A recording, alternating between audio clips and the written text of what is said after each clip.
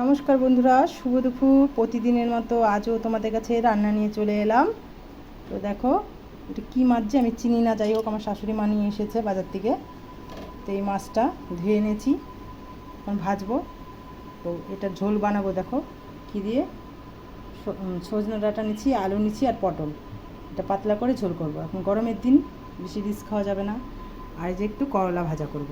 তো সঙ্গে থাকো, দেখতে থাকো রান্নাটা। বন্ধু, কড়াইয়ে তেল দিয়ে দিয়েছি, আর এখন করলাটা আমি আগে ভেজে উঠে নেব।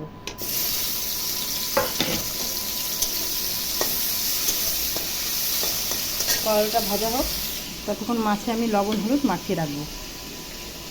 লবণ দিলাম, হলুদ দিলাম, মাছটা ভালো করে মাখিয়ে রাখবো।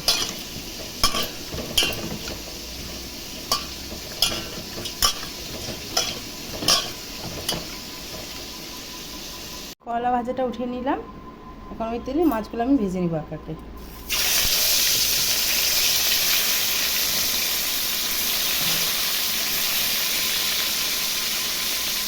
মাছটা ভেজে নিই, তারপরে মাথার দুটো আছে এটা ভাজবো। বন্ধুরা, মাছটা ভাজা হয়ে গেছে, এখন উঠিয়ে নেব। দেখো বন্ধুরা, সম্বারাটা দেখাতে ভুলে গেলাম। যাই হোক, তো কালো জিরা সম্বারা দিয়ে শুকনো লঙ্কা দিয়ে আমি সবজিটা দিয়ে দিলাম, আর লবণ হলুদ দিয়ে আইডিয়া মতো দিয়ে ভালো করে একটু নাড়াচাড়া করে এই যে সবজিটা একটু ভাজা ভাজা হোক, ততক্ষণ আমি একটু মশলা বেটে নেব, জিরা আর লঙ্কা। দেখো আমার সবজিগুলো মজে আসছে, এখন এই যে মশলা বেটে এনেছি দিয়ে দিলাম। মশলা দেওয়ার পরে একটু ভালো করে কষিয়ে আমি জল দেবো।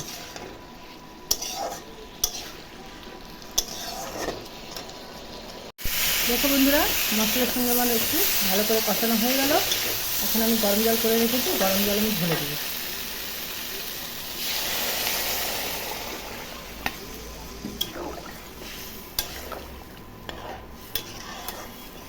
গরমকালে এরকম পাতলা পাতলাই ঝোল খাওয়া বেটার, তাই না বলুন বন্ধুরা? অত কষা কষা সবসময় ভালো লাগে?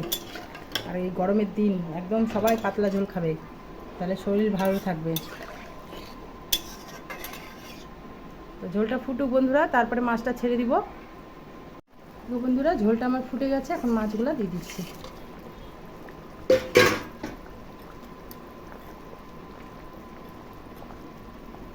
আর একটু কিছুটা ফুটিয়ে নেব, তারপরে আমার ঝোল তৈরি হয়ে যাবে। দেখো বন্ধুরা, আমার ঝোলটা তৈরি হয়ে গেল। আর এইদিকে ভাত আছে, করলা ভাজা আছে। তো দুপুরকার লাঞ্চ এটা দিয়ে সেরে নিচ্ছি বন্ধুরা, তোমরাও লাঞ্চ করে নাও। টাটা বন্ধুরা।